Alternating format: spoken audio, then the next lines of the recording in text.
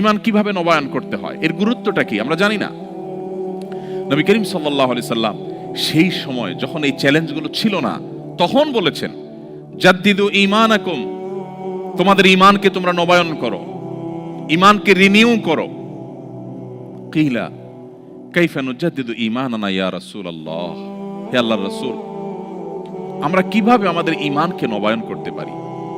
তিনি বলেছিলেন আকসিরু মিন কওলি লা ইলাহা ইল্লাল্লাহ, তোমরা লা ইলাহা ইল্লাল্লাহ এই যে বাক্য, এর মর্ম উপলব্ধি করে এটাকে বারবার তোমরা এটাকে উচ্চারণ করো, এটাকে বারবার নিজের মধ্যে ধারণ করো।